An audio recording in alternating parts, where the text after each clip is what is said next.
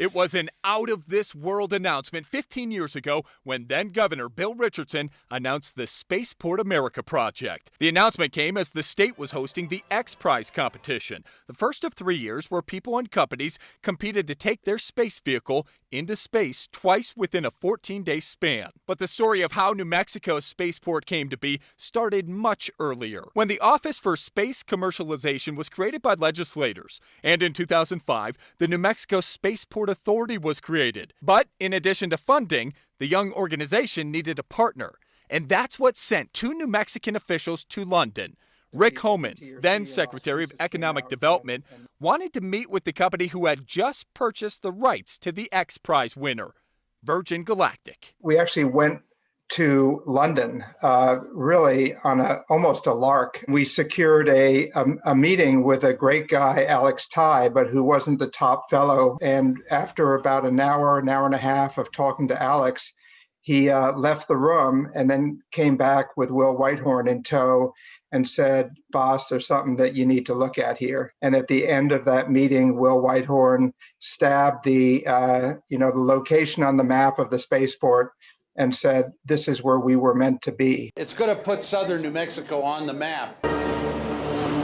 The groundbreaking in 2009 almost did not happen. The plot of land next to White Sands was occupied by the Kane family. They'd been there since the 40s, when they were forced to relocate because of the Trinity Project, when the first nuclear bomb was tested. They didn't want to move again.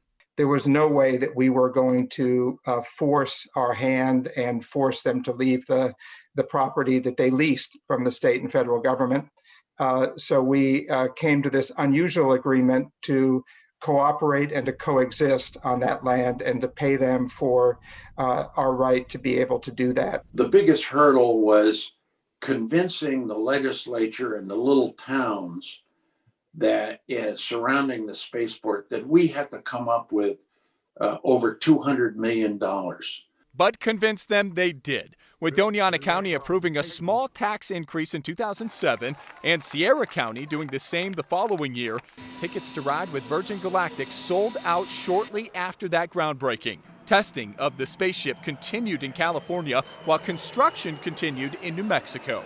Looks out of this world, and it should be out of this world, but it fits in so beautifully with the mountains behind it. And by 2014, no commercial flights were happening. Technology takes time, but the dreamers kept this idea alive.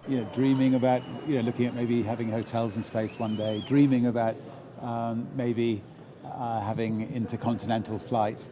And if you don't dream, you don't achieve anything. The program was not without tragedy. In October of 2014, Spaceship Two crashed.